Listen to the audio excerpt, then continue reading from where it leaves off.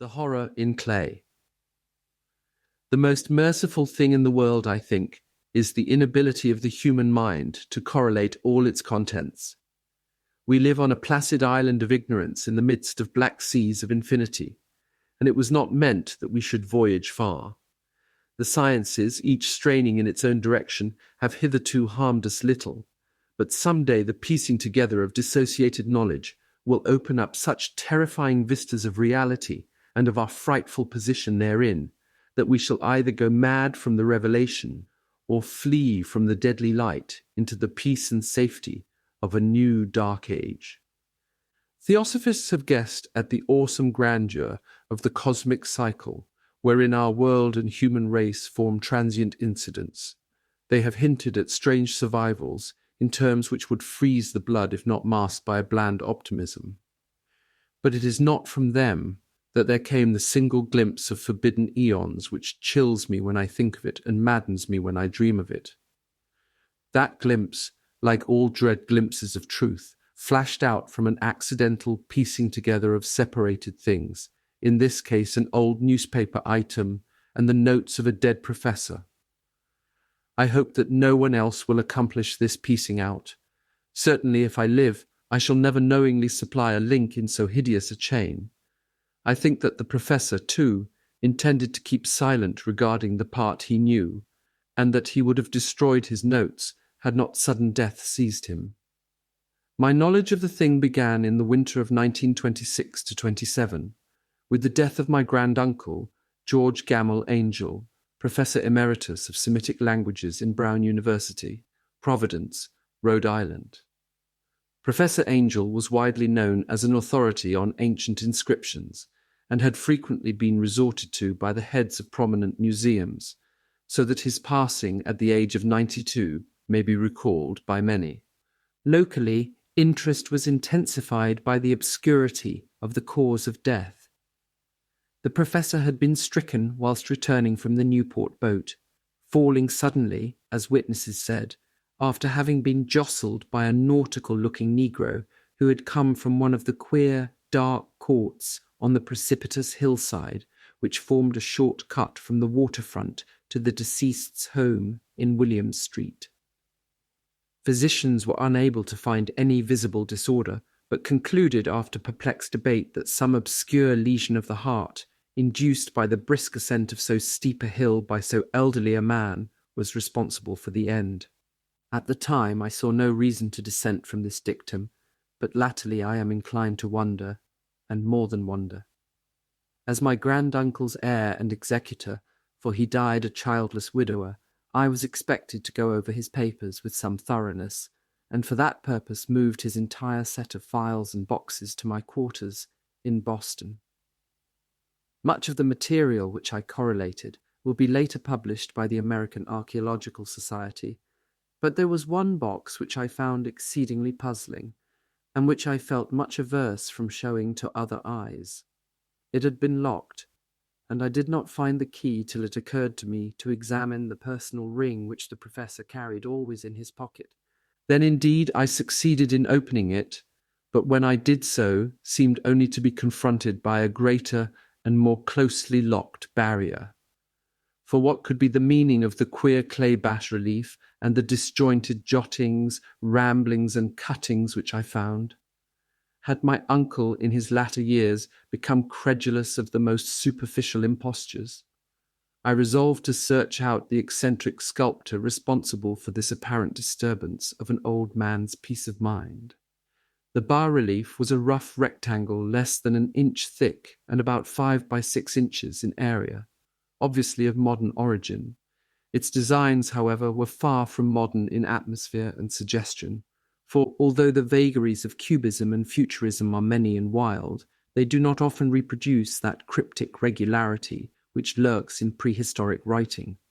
And writing of some kind, the bulk of these designs seemed certainly to be, though my memory, despite much familiarity with the papers and collections of my uncle, failed in any way to identify this particular species, or even hint at its remotest affiliations. Above these apparent hieroglyphics was a figure of evidently pictorial intent, though its impressionistic execution forbade a very clear idea of its nature. It seemed to be a sort of monster, or symbol representing a monster, of a form which only a diseased fancy could conceive. If I say that my somewhat extravagant imagination yielded simultaneous pictures of an octopus, a dragon, and a human caricature, I shall not be unfaithful to the spirit of the thing. A pulpy, tentacled head surmounted a grotesque and scaly body with rudimentary wings, but it was the general outline of the whole which made it most shockingly frightful. Behind the figure was a vague suggestion of a cyclopean architectural background. The writing accompanying this oddity was, aside from a stack of press cuttings, in Professor Angel's most recent hand, and made no pretence to literary style. What seemed to be the main document was headed Cthulhu Cult, in characters painstakingly printed to avoid the erroneous reading of a word so unheard of. This manuscript was divided into two sections, the first of which was headed 1925, Dream and Dream Work of H. A. Wilcox, 7 Thomas Street, Providence, R.I., and the second, Narrative of Inspector John R. LaGrasse, 121 Bienville Street, New Orleans, lay, at 1908 AAS Minty G, Notes on Same, Proffer and Webb's Act. The other manuscript papers were all brief notes, some of them accounts of the queer dreams of different persons, some of them citations from theosophical books and magazines, notably W. Scott Eliot's Atlantis and the Lost Lemuria, and the rest comments on long-surviving secret societies and hidden cults, with references to passages in such mythological and anthropological source books as Fraser's Golden Bough and Miss Murray's Witch Cult in Western Europe. The cuttings largely alluded to outre mental illnesses and outbreaks of group folly or mania in the spring of 1925. The first half of the principal manuscript told a very peculiar tale. It appears that on March 1st, 1925, a thin, dark young man of neurotic and excited aspect had called upon Professor Angel bearing the singular clay bas-relief, which was then exceedingly damp and fresh.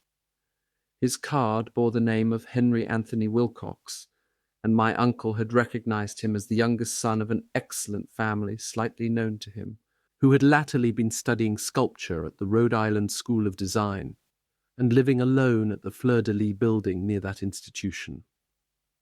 Wilcox was a precocious youth of known genius but great eccentricity, and had from childhood excited attention through the strange stories and odd dreams he was in the habit of relating. He called himself psychically hypersensitive, but the staid folk of the ancient commercial city dismissed him as merely queer. Never mingling much with his kind, he had dropped gradually from social visibility and was now known only to a small group of aesthetes from other towns. Even the Providence Art Club, anxious to preserve its conservatism, had found him quite hopeless. On the occasion of the visit, ran the professor's manuscript, the sculptor abruptly asked for the benefit of his host's archaeological knowledge in identifying the hieroglyphics on the bas-relief. He spoke in a dreamy, stilted manner which suggested pose and alienated sympathy, and my uncle showed some sharpness in replying, for the conspicuous freshness of the tablet implied kinship with anything but archaeology. Young Wilcox's rejoinder, which impressed my uncle enough to make him recall and record it verbatim, was of a fantastically poetic cast which must have typified his whole conversation, and which I have since found highly characteristic of him. He said, "It is new indeed, for I made it last night in a dream of strange cities, and dreams are older than brooding Tyre, or the contemplative Sphinx, or garden-girdled Babylon."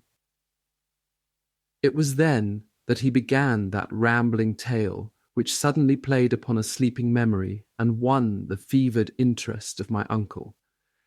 There had been a slight earthquake tremor the night before, the most considerable felt in New England for some years, and Wilcox's imagination had been keenly affected.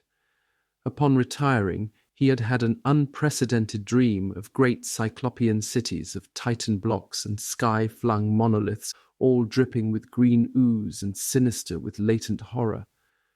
Hieroglyphics had covered the walls and pillars, and from some undetermined point below had come a voice that was not a voice, a chaotic sensation which only fancy could transmute into sound, but which he attempted to render by the almost unpronounceable jumble of letters, Cthulhu Ftun. This verbal jumble was the key to the recollection which excited and disturbed Professor Angel. He questioned the sculptor with scientific minuteness, and studied with almost frantic intensity the bas-relief on which the youth had found himself working, chilled and clad only in his night-clothes, when waking had stolen bewilderingly over him. My uncle blamed his old age, Wilcox afterwards said, for his slowness in recognizing both hieroglyphics and pictorial design. Many of his questions seemed highly out of place to his visitor, especially those which tried to connect the latter with strange cults or societies, and Wilcox could not understand the repeated promises of silence which he was offered in exchange for an admission of membership in some widespread mystical or paganly religious body. When Professor Angel became convinced that the sculptor was indeed ignorant of any cult or system of cryptic lore, he besieged his visitor with demands for future reports of dreams. This bore regular fruit, for after the first interview, the manuscript records daily calls of the young man, during which he related startling fragments of nocturnal imagery whose burden was always some terrible cyclopean vista of dark and dripping stone, with a subterranean voice or intelligence shouting monotonously in enigmatical sense impacts uninscribable save as gibberish. The two sounds most frequently repeated are those rendered by the letters Cthulhu and Relier. On March 23rd, the manuscript continued, Wilcox failed to appear, and inquiries at his quarters revealed that he had been stricken with an obscure sort of fever and taken to the home of his family in Waterman Street. He had cried out in the night, arousing several other artists in the building, and had manifested since then only alternations of unconsciousness and delirium. My uncle at once telephoned the family, and from that time forward kept close watch of the case, calling often at the Thayer Street office of Dr. Toby, whom he learned to be in charge. The youth's febrile mind, apparently, was dwelling on strange things, and the doctor shuddered now and then as he spoke of them. They included not only a repetition of what he had formerly dreamed, but touched wildly on a gigantic thing miles high, which walked or lumbered about. He at no time fully described this object, but occasional frantic words, as repeated by Dr. Toby, convinced the professor that it must be identical with the nameless monstrosity he had sought to depict in his dream sculpture. Reference to this object, the doctor added, was invariably a prelude to the young man's subsidence into lethargy. His temperature, oddly enough, was not greatly above normal, but the whole condition was otherwise such as to suggest true fever rather than mental disorder. On April 2nd, at about 3 p.m., every trace of Wilcox's malady suddenly ceased. He sat upright in bed, astonished to find himself at home and completely ignorant of what had happened in dream or reality since the night of March 22nd. Pronounced well by his physician, he returned to his quarters in 3 days, but to Professor Angel he was of no further assistance. All traces of strange dreaming had vanished with his recovery, and my uncle kept no record of his night thoughts after a week of pointless and irrelevant accounts of thoroughly usual visions. Here the first part of the manuscript ended, but references to certain of the scattered notes gave me much material for thought. So much, in fact, that only the ingrained skepticism then forming my philosophy can account for my continued distrust of the artist. The notes in question were those descriptive of the dreams of various persons, covering the same period as that in which young Wilcox had had his strange visitations. My uncle, it seems, had quickly instituted a prodigiously far-flung body of inquiries amongst nearly all the friends whom he could question without impertinence, asking for nightly reports of their dreams and the dates of any notable visions for some time past. The reception of his request seems to have been varied, but he must at the very least have received more responses than any ordinary man could have handled without a secretary. This original correspondence was not preserved, but his notes formed a thorough and really significant digest. Average people in society and business, New England's traditional salt of the earth, gave an almost completely negative result, though scattered cases of uneasy but formless nocturnal impressions appear here and there, always between March 23rd and April 2nd, the period of young Wilcox's delirium. Scientific men were little more affected, though 4 cases of vague description suggest fugitive glimpses of strange landscapes, and in one case there is mentioned a dread of something abnormal. It was from the artists and poets that the pertinent answers came, and I know that panic would have broken loose had they been able to compare notes. As it was, lacking their original letters, I half suspected the compiler of having asked leading questions, or of having edited the correspondence in corroboration of what he had latently resolved to see. That is why I continued to feel that Wilcox, somehow cognizant of the old data which my uncle had possessed, had been imposing on the veteran scientist. These responses from aesthetes told a disturbing tale. From February 28th to April 2nd, a large proportion of them had dreamed very bizarre things, the intensity of the dreams being immeasurably the stronger during the period of the sculptor's delirium.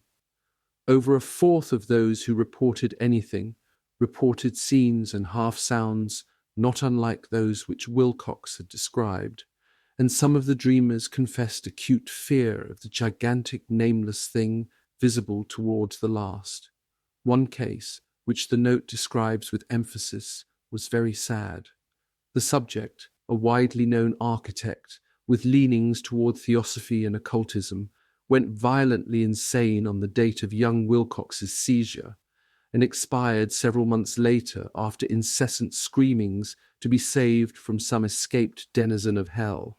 Had my uncle referred to these cases by name instead of merely by number, I should have attempted some corroboration and personal investigation, but as it was, I succeeded in tracing down only a few. All of these, however, bore out the notes in full. I have often wondered if all the objects of the professor's questioning felt as puzzled as did this fraction. It is well that no explanation shall ever reach them. The press cuttings, as I have intimated, touched on cases of panic, mania, and eccentricity during the given period. Professor Angel must have employed a cutting bureau, for the number of extracts was tremendous and the sources scattered throughout the globe. Here was a nocturnal suicide in London, where a lone sleeper had leaped from a window after a shocking cry. Here likewise a rambling letter to the editor of a paper in South America, where a fanatic deduces a dire future from visions he has seen.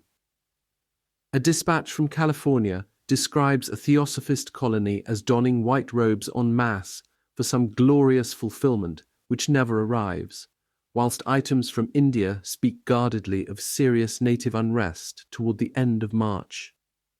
Voodoo orgies multiply in Haiti, and African outposts report ominous mutterings. American officers in the Philippines find certain tribes bothersome about this time, and New York policemen are mobbed by hysterical Levantines on the night of March 22nd, 23. The west of Ireland, too, is full of wild rumour and legendary, and a fantastic painter named Ardois Bonneau hangs a blasphemous dream landscape in the Paris Spring Salon of 1926. And so numerous are the recorded troubles in insane asylums that only a miracle can have stopped the medical fraternity from noting strange parallelisms and drawing mystified conclusions. A weird bunch of cuttings, all told, and I can at this date scarcely envisage the callous rationalism with which I set them aside. But I was then convinced that young Wilcox had known of the older matters mentioned by the professor. 2. The Tale of Inspector Legrasse. The older matters which had made the sculptor's dream and bas-relief so significant to my uncle formed the subject of the second half of his long manuscript.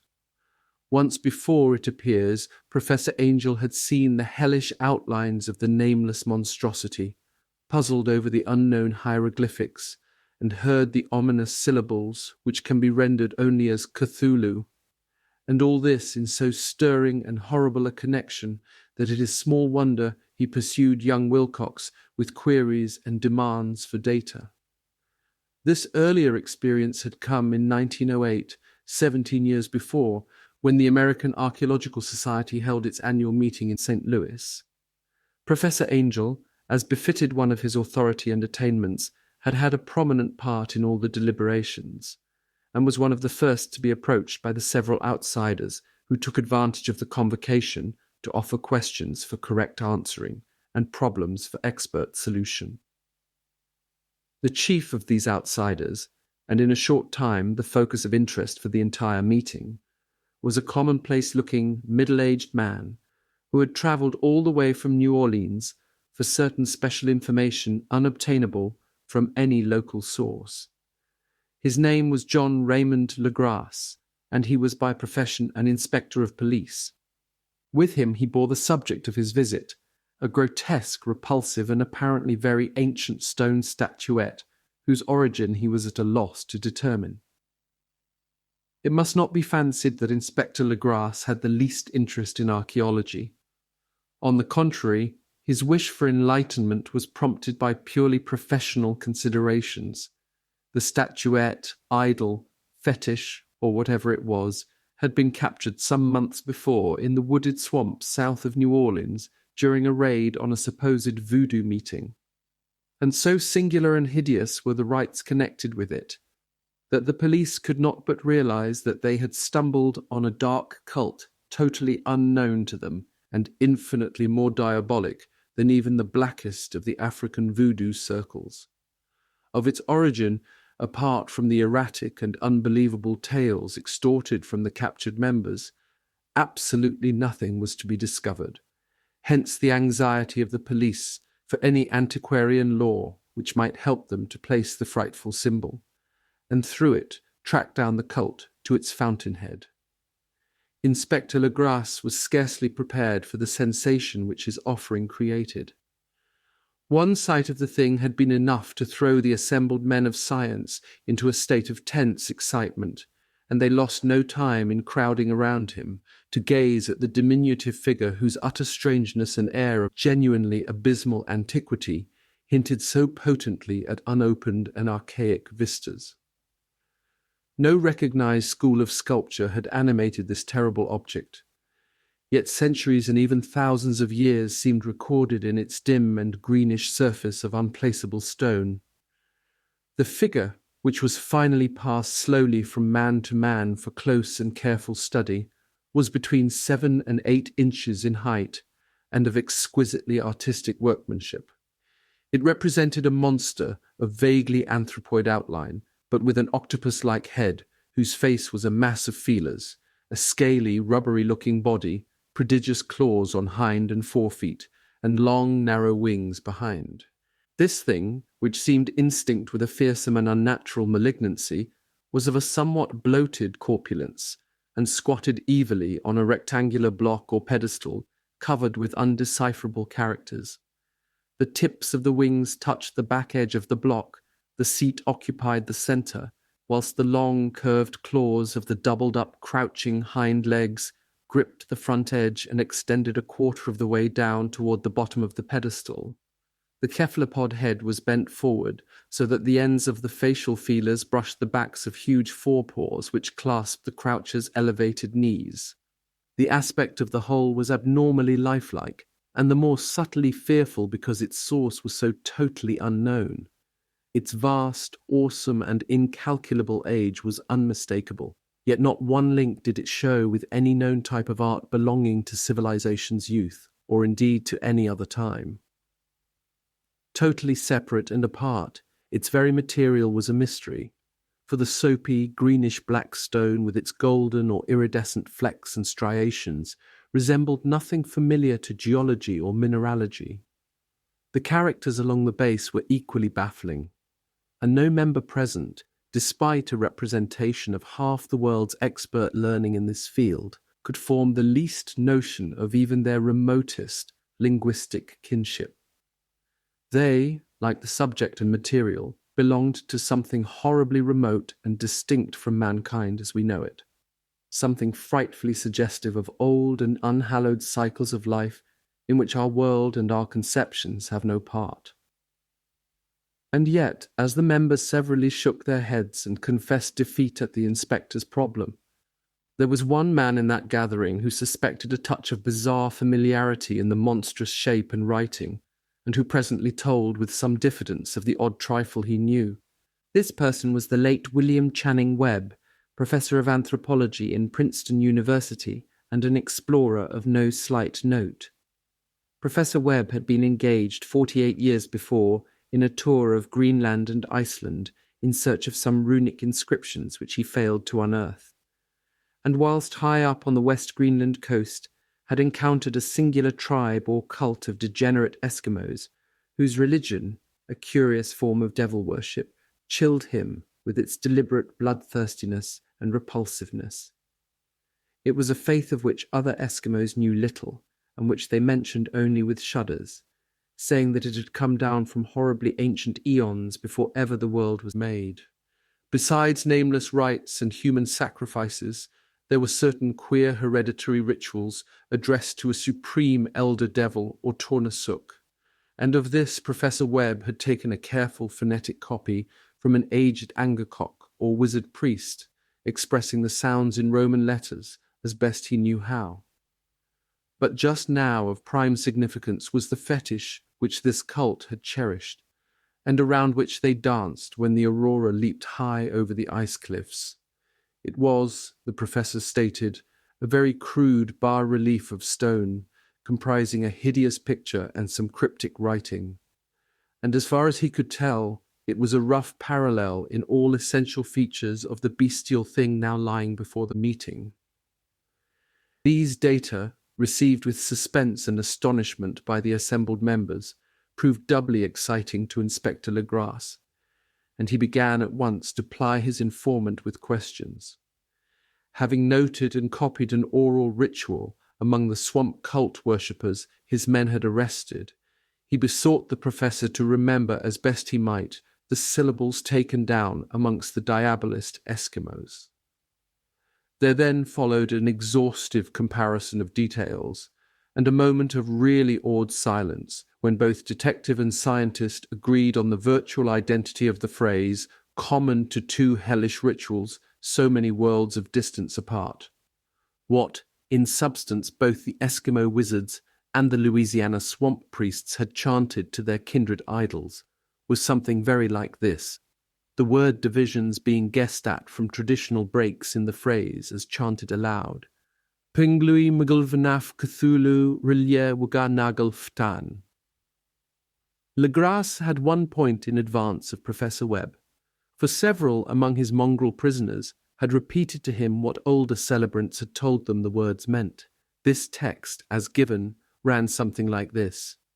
In his house at Arlier, dead Cthulhu waits dreaming.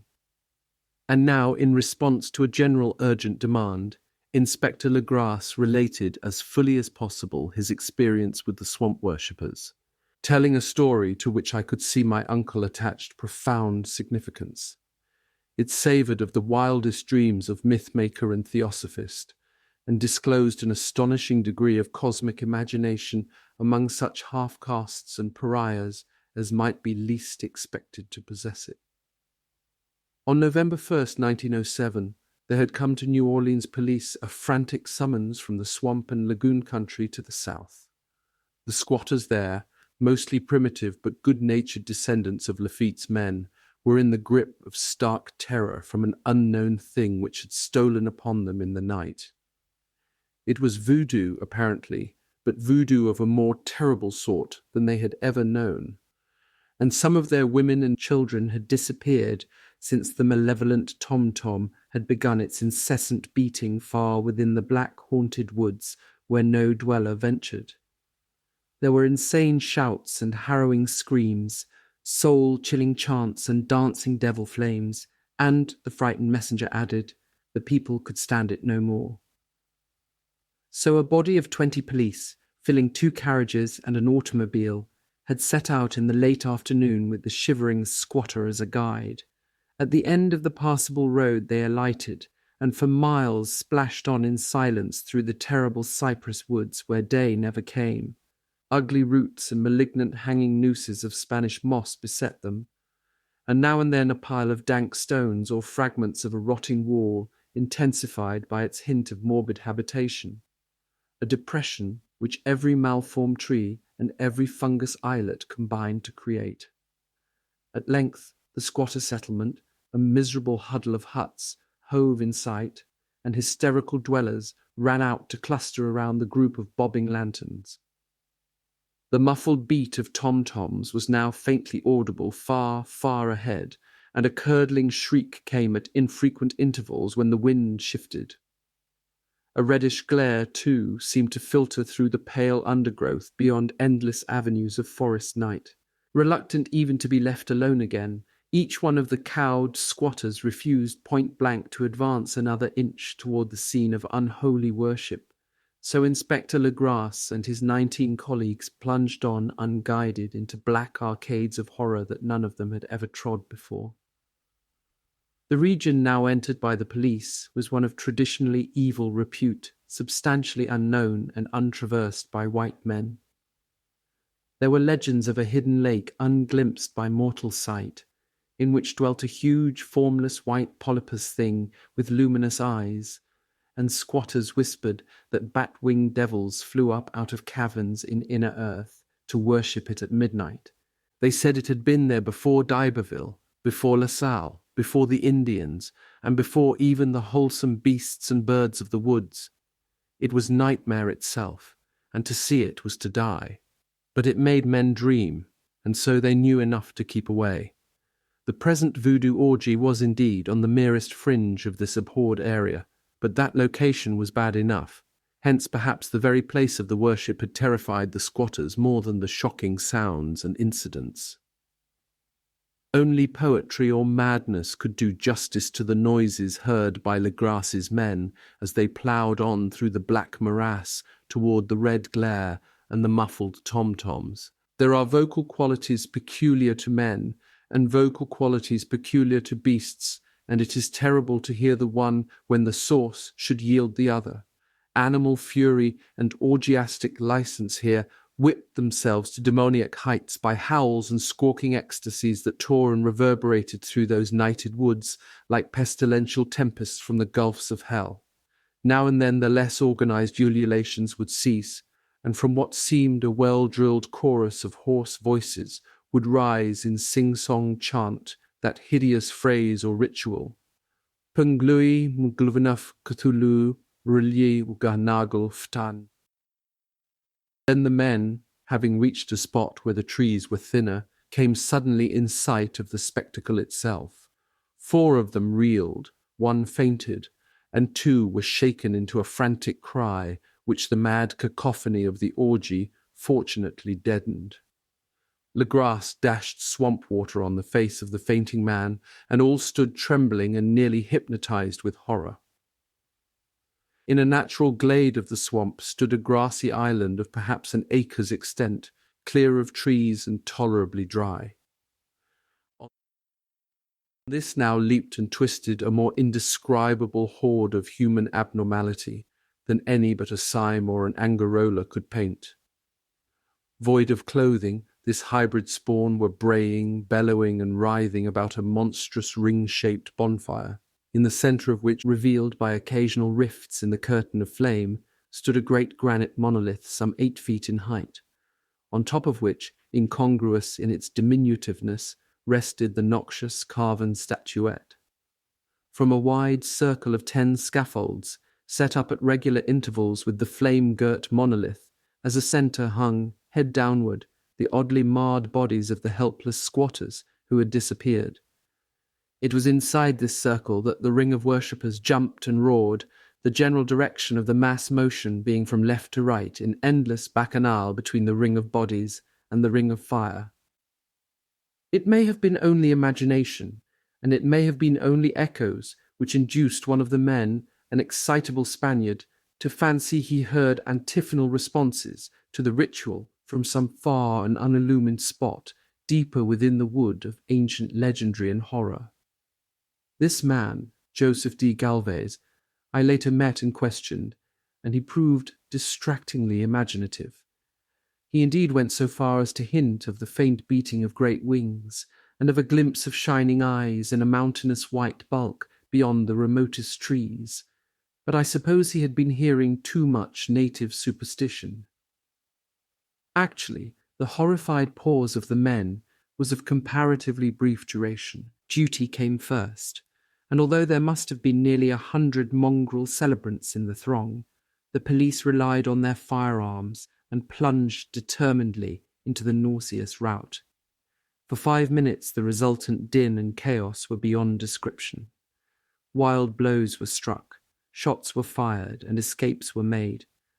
But in the end Legras was able to count some 47 sullen prisoners, whom he forced to dress in haste and fall into line between 2 rows of policemen.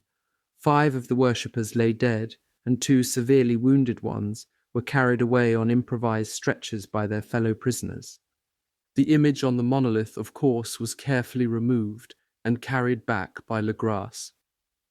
Examined at headquarters after a trip of intense strain and weariness, the prisoners all proved to be men of a very low, mixed-blooded, and mentally aberrant type. Most were seamen, and a sprinkling of Negroes and mulattoes, largely West Indians or Brava Portuguese from the Cape Verde Islands, gave a colouring of voodooism to the heterogeneous cult. But before many questions were asked, it became manifest that something far deeper and older than Negro fetishism was involved. Degraded and ignorant as they were, the creatures held with surprising consistency to the central idea of their loathsome faith. They worshipped, so they said, the great old ones who lived ages before there were any men, and who came to the young world out of the sky. Those old ones were gone now, inside the earth and under the sea. But their dead bodies had told their secrets in dreams to the first man, who formed a cult which had never died.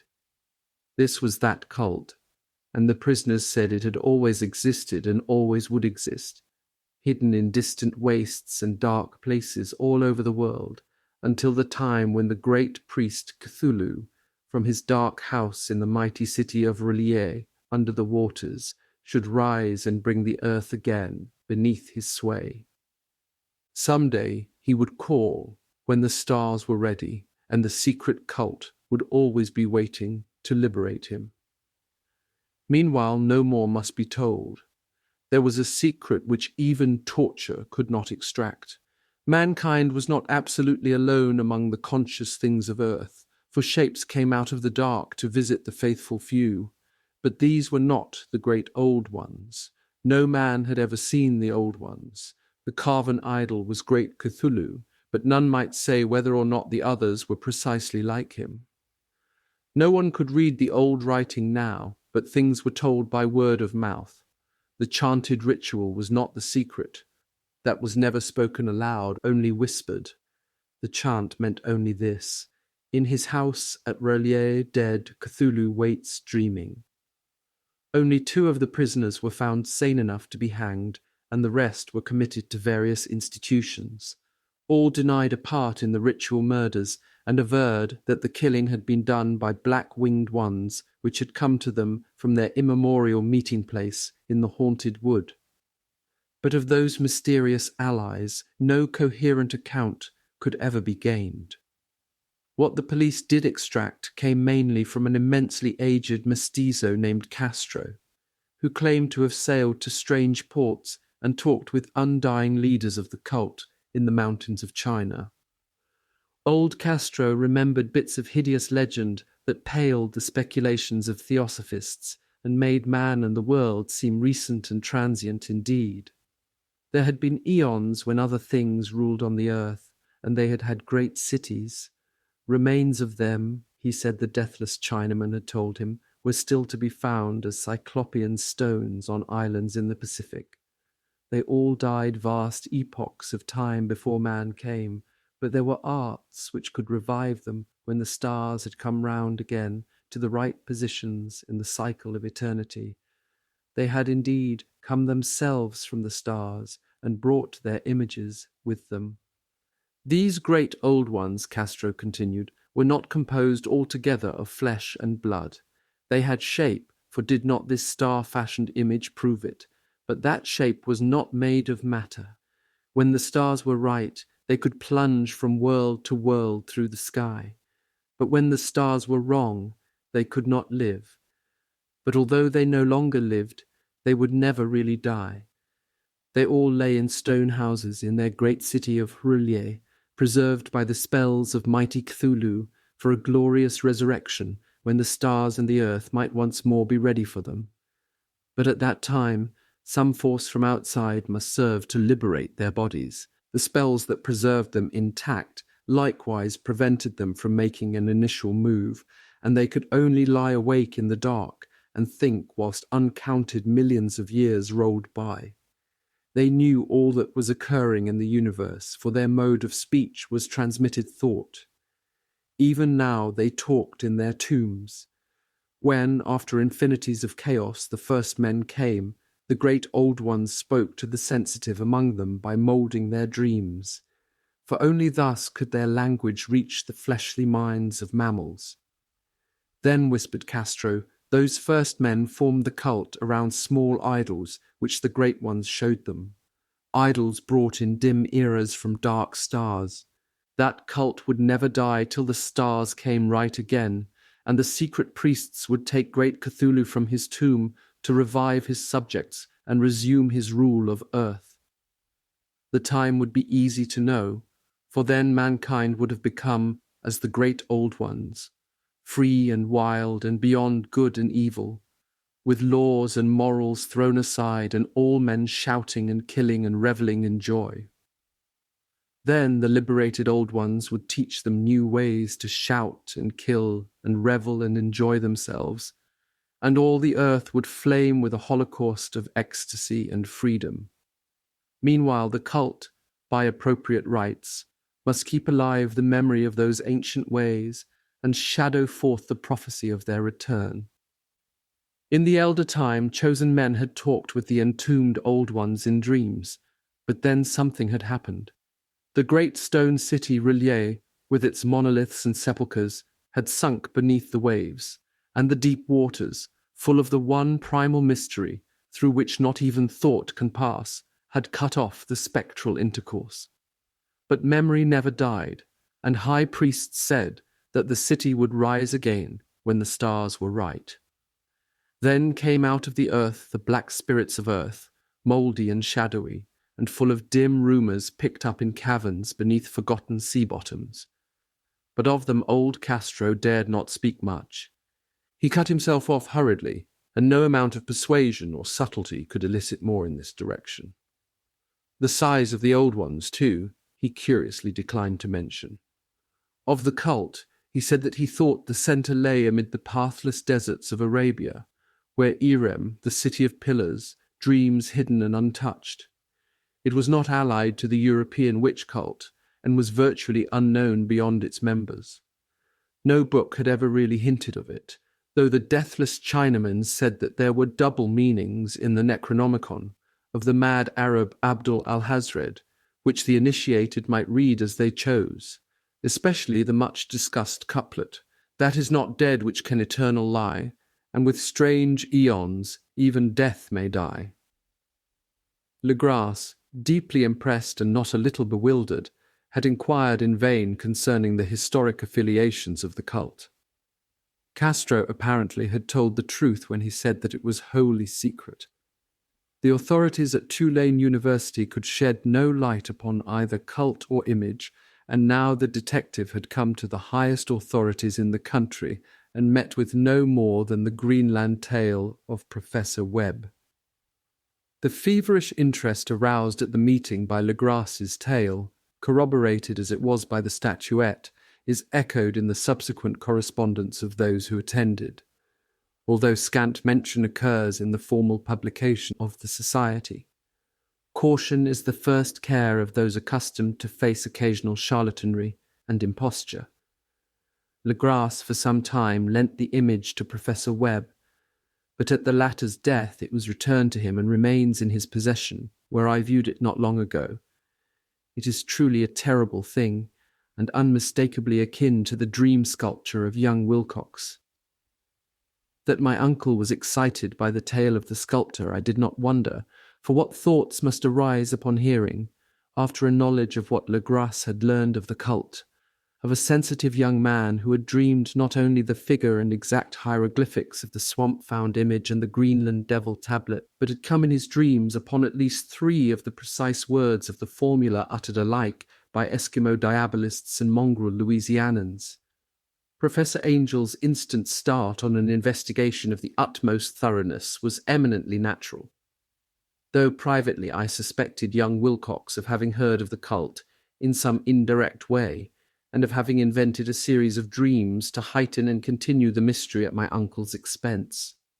The dream narratives and cuttings collected by the professor were, of course, strong corroboration, but the rationalism of my mind and the extravagance of the whole subject led me to adopt what I thought the most sensible conclusions. So, after thoroughly studying the manuscript again, and correlating the theosophical and anthropological notes with the cult narrative of Legras, I made a trip to Providence to see the sculptor and give him the rebuke I thought proper for so boldly imposing upon a learned and aged man.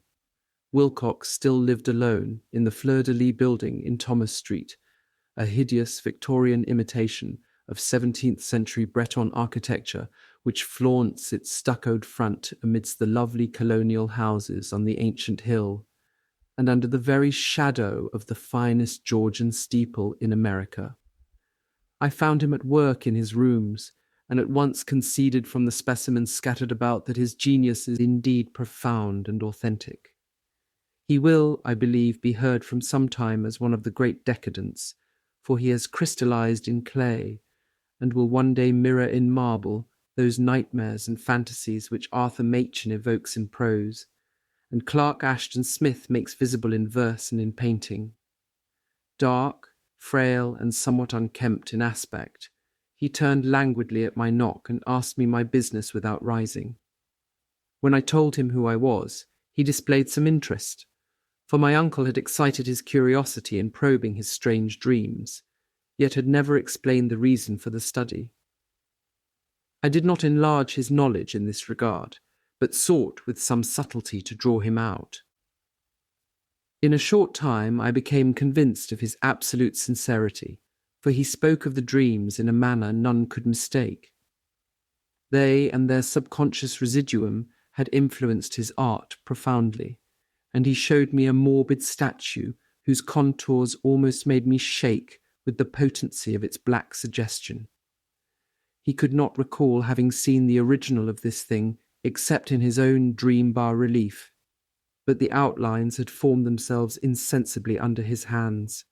It was, no doubt, the giant shape he had raved of in delirium, that he really knew nothing of the hidden cult, save from what my uncle's relentless catechism had let fall, he soon made clear, and again I strove to think of some way in which he could possibly have received the weird impressions. He talked of his dreams in a strangely poetic fashion, making me see with terrible vividness the damp cyclopean city of slimy green stone, whose geometry, he oddly said, was all wrong, and hear with frightened expectancy the ceaseless, half-mental calling from underground, Cthulhu Fatan, Cthulhu Ftan. These words had formed part of that dread ritual which told of dead Cthulhu's dream vigil in his stone vault at Relier, and I felt deeply moved despite my rational beliefs. Wilcox, I was sure, had heard of the cult in some casual way, and had soon forgotten it amidst the mass of his equally weird reading and imagining.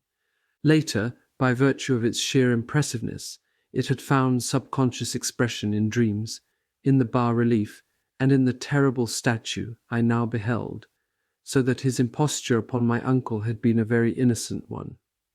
The youth was of a type, at once slightly affected and slightly ill-mannered, which I could never like, but I was willing enough now to admit both his genius and his honesty. I took leave of him amicably, and wish him all the success his talent promises. The matter of the cult still remained to fascinate me, and at times I had visions of personal fame from researches into its origin and connections. I visited New Orleans, talked with Legras and others of that old-time raiding party, saw the frightful image, and even questioned such of the mongrel prisoners as still survived. Old Castro, unfortunately, had been dead for some years. What I now heard so graphically at first hand, though it was really no more than a detailed confirmation of what my uncle had written, excited me afresh, for I felt sure that I was on the track of a very real, very secret and very ancient religion whose discovery would make me an anthropologist of note. My attitude was still one of absolute materialism, as I wish it still were, and I discounted with almost inexplicable perversity the coincidence of the dream notes and odd cuttings collected by Professor Angel. One thing which I began to suspect, and which I now fear I know, is that my uncle's death was far from natural. He fell on a narrow hill street leading up from an ancient waterfront swarming with foreign mongrels, after a careless push from a Negro sailor. I did not forget the mixed blood and marine pursuits of the cult members in Louisiana, and would not be surprised to learn of secret methods and poison needles as ruthless and as anciently known as the cryptic rites and beliefs. Legras and his men, it is true, have been let alone, but in Norway a certain seaman who saw things is dead. Might not the deeper inquiries of my uncle after encountering the sculptor's data have come to sinister ears? I think Professor Angel died because he knew too much, or because he was likely to learn too much. Whether I shall go as he did remains to be seen, for I have learned much now. 3. The madness from the sea. If heaven ever wishes to grant me a boon, it will be a total effacing of the results of a mere chance which fixed my eye on a certain stray piece of shelf paper.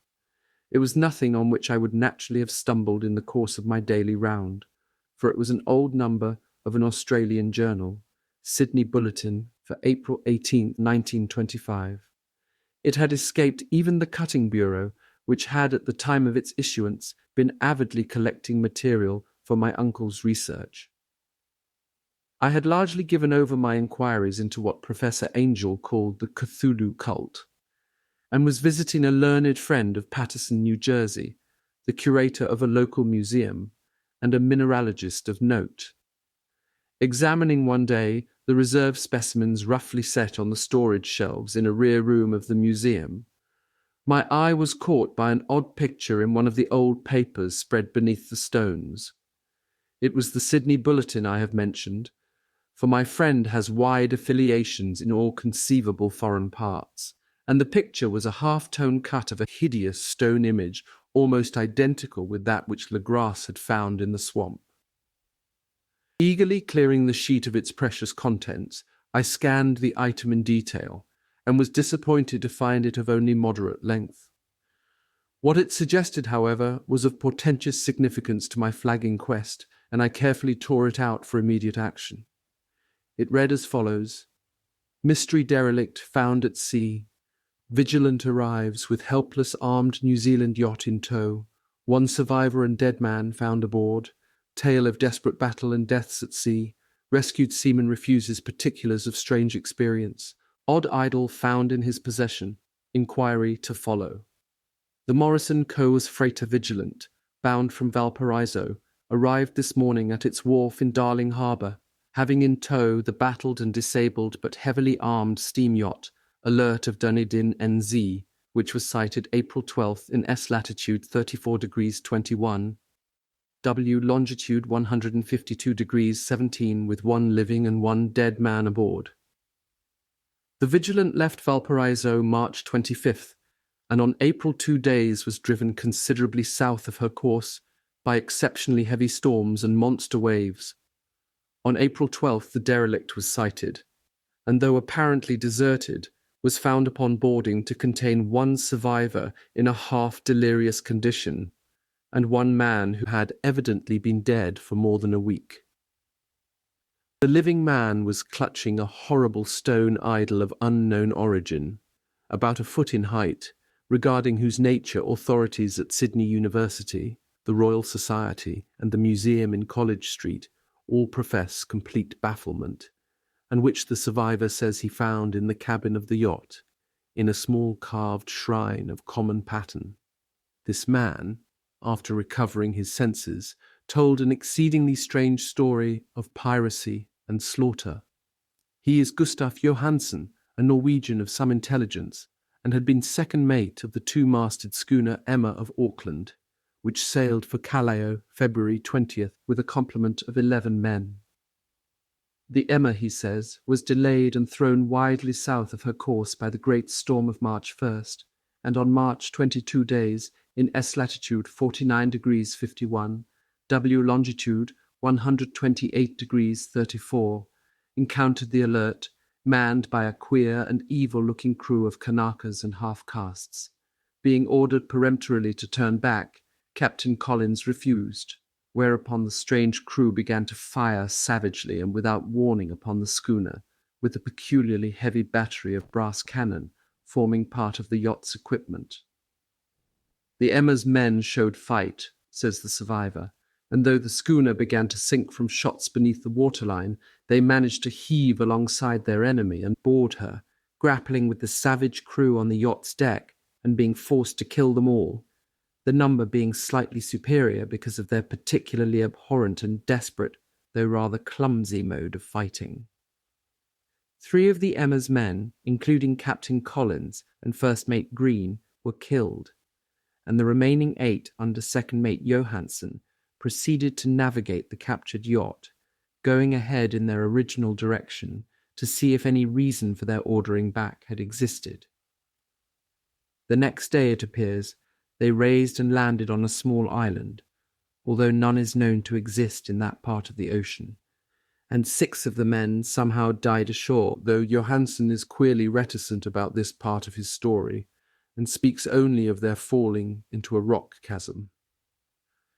Later, it seems, he and one companion boarded the yacht and tried to manage her, but were beaten about by the storm of April 2nd. From that time till his rescue on the 12th, the man remembers little, and he does not even recall when William Bryden, his companion, died. Bryden's death reveals no apparent cause and was probably due to excitement or exposure. Cable advices from Dunedin report that the Alert was well known there as an island trader and bore an evil reputation along the waterfront. It was owned by a curious group of half-castes whose frequent meetings and night trips to the woods attracted no little curiosity, and it had set sail in great haste just after the storm and earth tremors of March 1st. Our Auckland correspondent gives the Emma and her crew an excellent reputation, and Johansen is described as a sober and worthy man. The Admiralty will institute an inquiry on the whole matter beginning tomorrow, at which every effort will be made to induce Johansen to speak more freely than he has done hitherto. This was all, together with the picture of the hellish image, but what a train of ideas it started in my mind. Here were new treasuries of data on the Cthulhu cult, and evidence that it had strange interests at sea as well as on land. What motive prompted the hybrid crew to order back the Emma as they sailed about with their hideous idol? What was the unknown island on which 6 of the Emma's crew had died, and about which the mate Johansen was so secretive? What had the Vice Admiralty's investigation brought out, and what was known of the noxious cult in Dunedin? And most marvellous of all, what deep and more than natural linkage of dates was this which gave a malign and now undeniable significance to the various turns of events so carefully noted by my uncle. March 1st. Our February 28th, according to the international dateline, the earthquake and storm had come. From Dunedin, the Alert and her noisome crew had darted eagerly forth as if imperiously summoned, and on the other side of the earth, poets and artists had begun to dream of a strange, dank cyclopean city, whilst a young sculptor had moulded in his sleep the form of the dreaded Cthulhu. March 23rd, the crew of the Emma landed on an unknown island and left 6 men dead. And on that date, the dreams of sensitive men assumed a heightened vividness and darkened with dread of a giant monster's malign pursuit, whilst an architect had gone mad and a sculptor had lapsed suddenly into delirium. And what of this storm of April 2nd, the date on which all dreams of the dank city ceased and Wilcox emerged unharmed from the bondage of strange fever? What of all this, and of those hints of old Castro about the sunken, star-born old ones and their coming reign, their faithful cult and their mastery of dreams? Was I tottering on the brink of cosmic horrors beyond man's power to bear?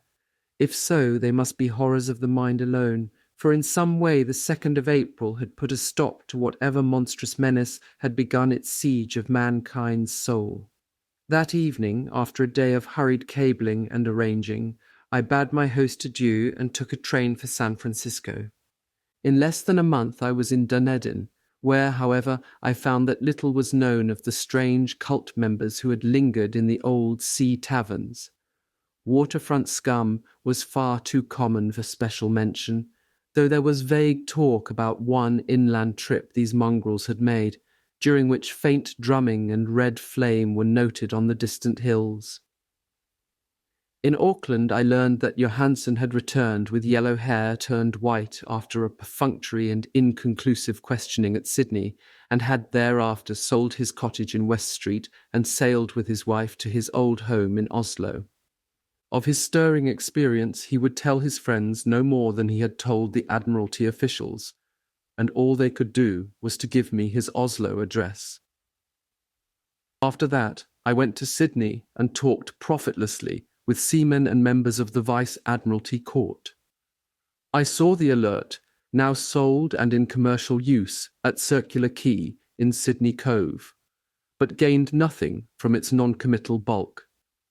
The crouching image with its cuttlefish head, dragon body, scaly wings, and hieroglyphed pedestal was preserved in the museum at Hyde Park, and I studied it long and well, finding it a thing of balefully exquisite workmanship, and with the same utter mystery, terrible antiquity, and unearthly strangeness of material which I had noted in Legras's smaller specimen.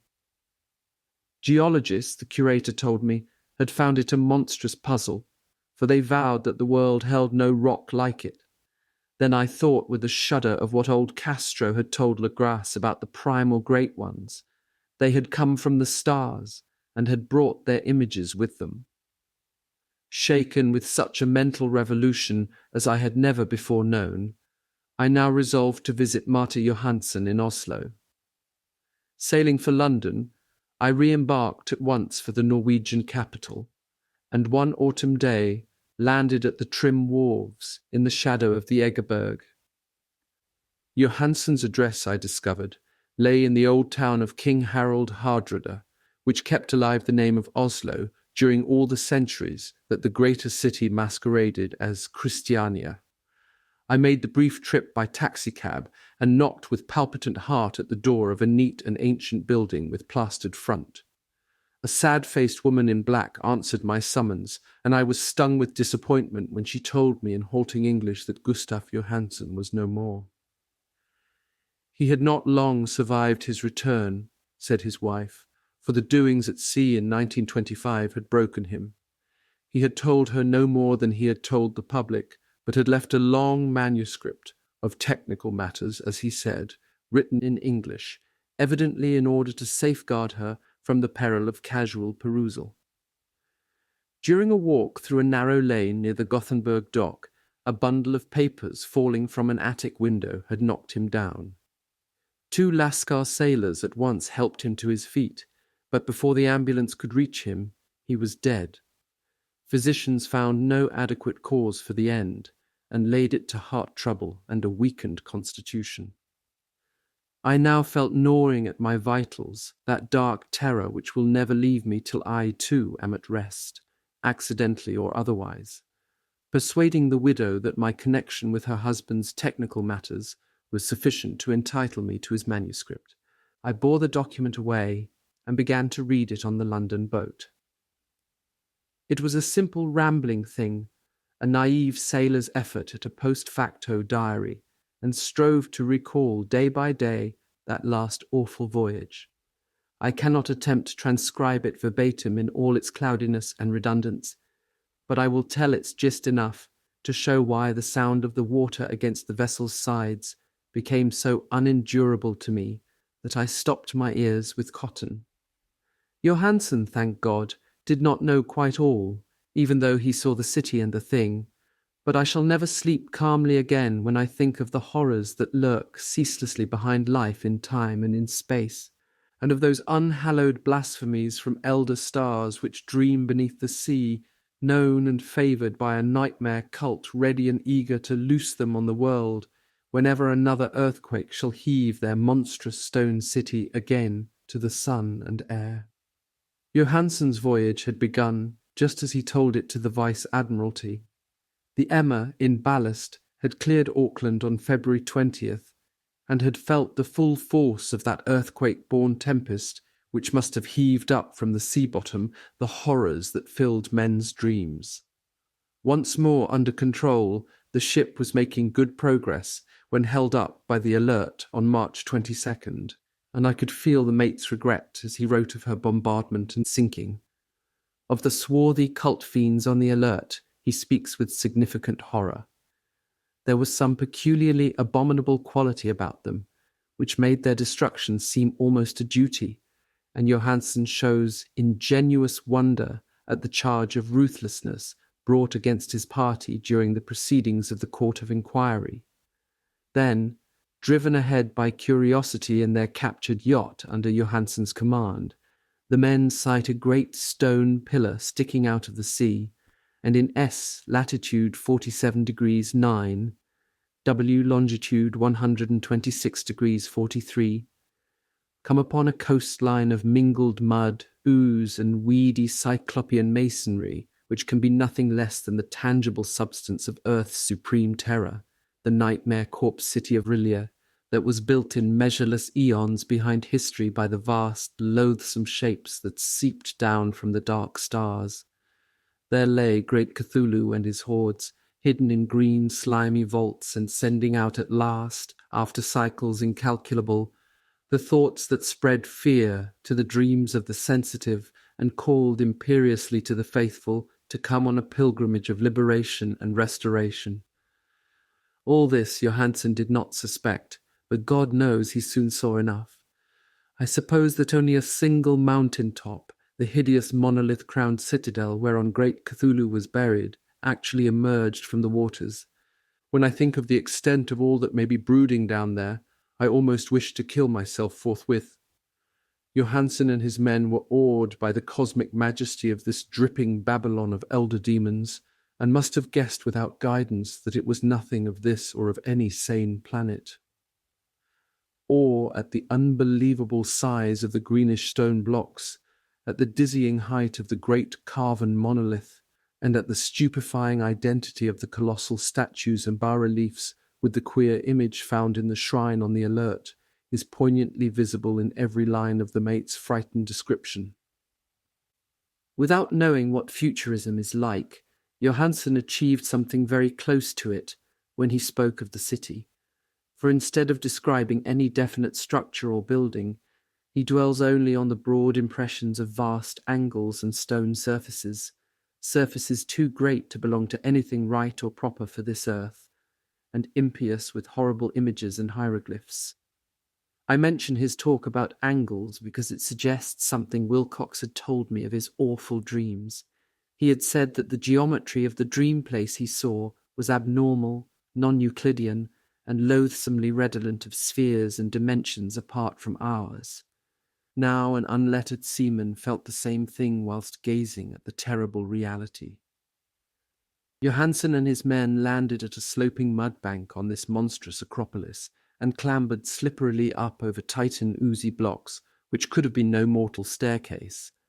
The very sun of heaven seemed distorted when viewed through the polarizing miasma, welling out from this sea-soaked perversion, and twisted menace and suspense lurked leeringly in those crazily elusive angles of carven rock, where a second glance showed concavity after the first showed convexity. Something very like fright had come over all the explorers before anything more definite than rock and ooze and weed was seen. Each would have fled had he not feared the scorn of the others, and it was only half-heartedly that they searched, vainly, as it proved, for some portable souvenir to bear away. It was Rodriguez the Portuguese who climbed up the foot of the monolith and shouted of what he had found. The rest followed him, and looked curiously at the immense carved door, with the now familiar squid dragon bas-relief. It was, Johansen said, like a great barn door, and they all felt that it was a door because of the ornate lintel, threshold, and jambs around it, though they could not decide whether it lay flat like a trapdoor, or slantwise like an outside cellar door. As Wilcox would have said, the geometry of the place was all wrong. One could not be sure that the sea and the ground were horizontal, hence the relative position of everything else seemed phantasmally variable. Bryden pushed at the stone in several places without result. Then Donovan felt over it delicately around the edge, pressing each point separately as he went. He climbed interminably along the grotesque stone moulding. That is, one would call it climbing if the thing was not after all horizontal. And the men wondered how any door in the universe could be so vast. Then, very softly and slowly, the acre-great panel began to give inward at the top, and they saw that it was balanced. Donovan slid or somehow propelled himself down or along the jamb and rejoined his fellows, and everyone watched the queer recession of the monstrously carven portal. In this fantasy of prismatic distortion, it moved anomalously, in a diagonal way, so that all the rules of matter and perspective seemed upset. The aperture was black with a darkness almost material. That tenebrousness was indeed a positive quality, for it obscured such parts of the inner walls as ought to have been revealed, and actually burst forth like smoke from its eon-long imprisonment, visibly darkening the sun as it slunk away into the shrunken and gibbous sky on flapping membranous wings. The odour arising from the newly opened depths was intolerable, and at length the quick-eared Hawkins thought he heard a nasty, slopping sound down there. Everyone listened, and everyone was listening still when it lumbered slobberingly into sight and gropingly squeezed its gelatinous green immensity through the black doorway into the tainted outside air of that poisoned city of madness. Poor Johansen's handwriting almost gave out when he wrote of this. Of the 6 men who never reached the ship, he thinks 2 perished of pure fright in that accursed instant. The thing cannot be described. There is no language for such abysms of shrieking and immemorial lunacy, such eldritch contradictions of all matter, force, and cosmic order. A mountain walked or stumbled. God, what wonder that across the earth a great architect went mad, and poor Wilcox raved with fever in that telepathic instant. The thing of the idols, the green, sticky spawn of the stars, had awaked to claim his own.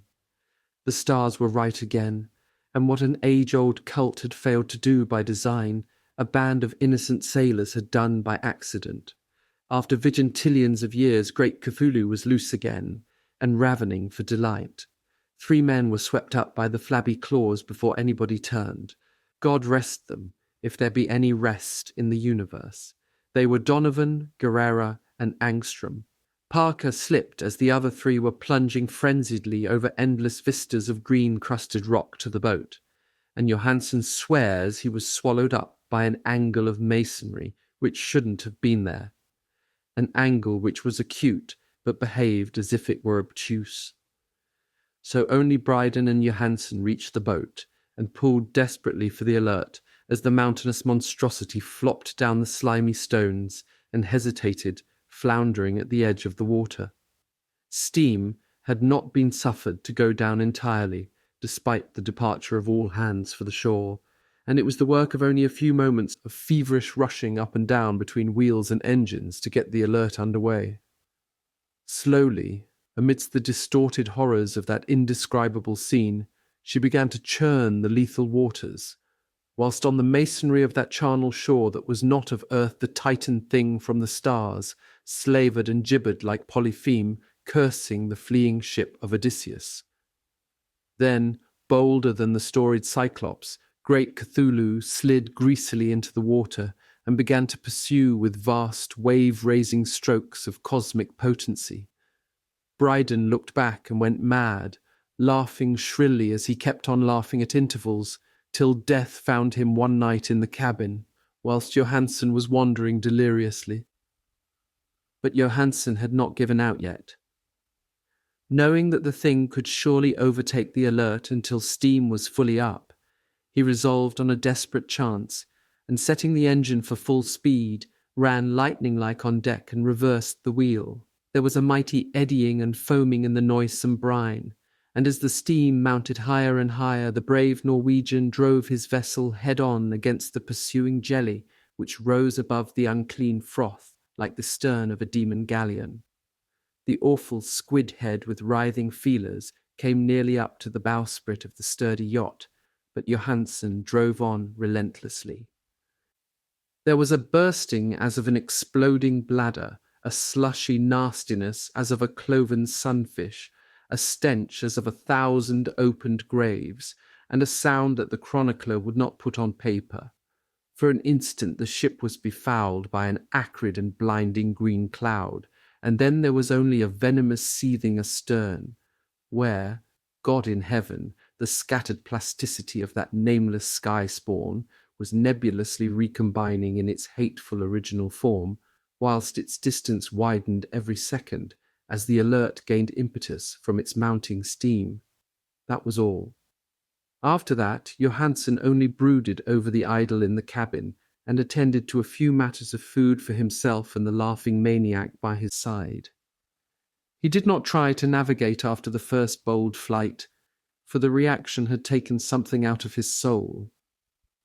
Then came the storm of April 2nd, and a gathering of the clouds about his consciousness. There is a sense of spectral whirling through liquid gulfs of infinity, of dizzying rides through reeling universes on a comet's tail, and of hysterical plunges from the pit to the moon, and from the moon back again to the pit, all livened by a cachinnating chorus of the distorted, hilarious elder gods and the green, bat-winged, mocking imps of Tartarus. Out of that dream came rescue, the Vigilant, the Vice-Admiralty Court, the streets of Dunedin, and the long voyage back home to the old house by the Egeberg. He could not tell. They would think him mad. He would write of what he knew before death came, but his wife must not guess. Death would be a boon if only it could blot out the memories. That was the document I read, and now I have placed it in the tin box beside the bas-relief and the papers of Professor Angel. With it shall go this record of mine, this test of my own sanity, wherein is pieced together that which I hope may never be pieced together again. I have looked upon all that the universe has to hold of horror, and even the skies of spring and the flowers of summer must ever afterward be poison to me, but I do not think my life will be long. As my uncle went, as poor Johansen went, so I shall go. I know too much, and the cult still lives. Cthulhu still lives too, I suppose, again, in that chasm of stone which has shielded him since the sun was young. His accursed city is sunken once more, for the Vigilant sailed over the spot after the April storm.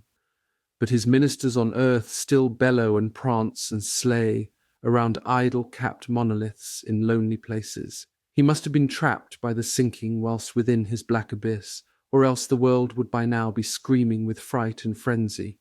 Who knows the end? What has risen may sink, and what has sunk may rise. Loathsomeness waits and dreams in the deep, and decay spreads over the tottering cities of men. A time will come, but I must not and cannot think, Let me pray that, if I do not survive this manuscript, my executors may put caution before audacity and see that it meets no other eye. Found among the papers of the late Francis Wayland Thurston of Boston.